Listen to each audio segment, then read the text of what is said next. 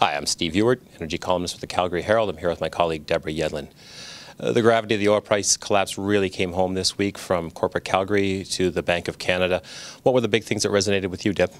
Well, I have to say, Steve, what really resonated with me was the Bank of Canada coming out with its rate cut, which surprised everybody, as well as CAP coming out within a few minutes announcing that there'll be $23 billion of spending cuts in the oil patch this year. If anything, those two things coming at the same time tells Canadians and Albertans how important this sector is to the country and how concerned both the provincial government is and the federal government is with respect to the health of the Canadian economy because of the energy sector downturn.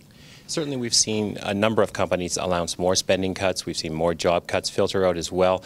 It doesn't look like this is going to be any quick turnaround this time. It looks like we're in a low price trough scenario for some time.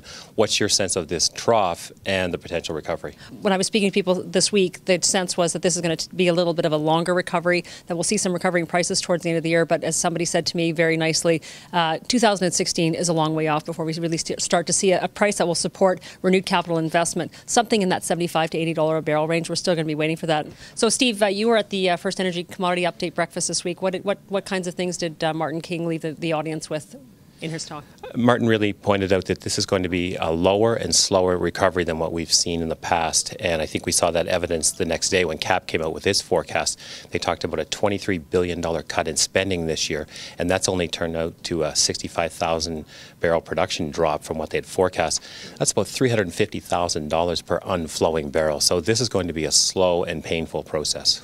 One thing I wanted to also add was that we're focusing on the oil price, but the gas price isn't doing so well either. And so that's, we're getting it, the energy sector is getting it on both sides. Low natural gas prices, low oil prices, it is going to be a longer and slower recovery than we've seen in times past. Thanks for watching.